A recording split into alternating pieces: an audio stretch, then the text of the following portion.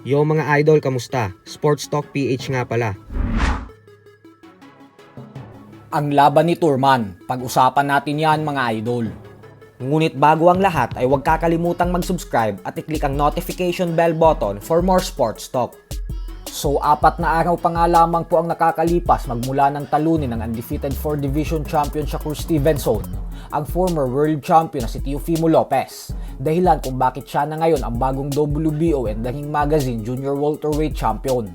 Subalit tila sinira nga po agad ng WBC ang linggo ng pagdidiwang ni Stevenson dahil binaklas nito ang pinanghahawakan na WBC lightweight belt ni Stevenson nang wala man lang dahilan.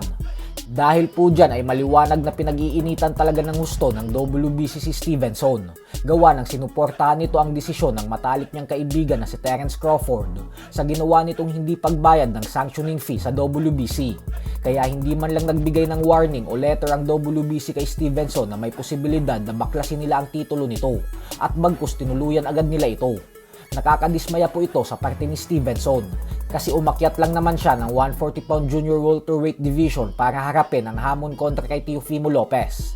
Pero pagkatapos niya po itong talunin ay sinabi ni Stevenson sa post-fight press conference na hindi pa naman daw siya sigurado na mananatili siya sa dibisyon na ito kasi may WBC belt pa naman daw siya sa lightweight division kaya baka umano bumalik na lang siya doon. Subalit dahil sa ginawang pagbaklas ng WBC sa titulo niya ay mapipilitan na siya ngayong manatili sa junior welterweight division kung gusto niyang manatiling kampiyon sa boxing.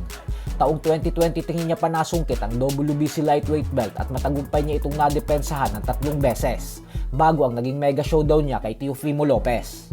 Sa kabilang banda naman mga idol ay matapos nga pong i-anunsyo na sa March 28 na gaganapin ang bigating sagupaan sa pagitan ng former Unified Welterweight Champion Keith One-Time Turman at ng current WBC Junior Middleweight Champion Sebastian Fundora ay muli na nga po itong nagkaharap sa kick-off press conference kanina lamang.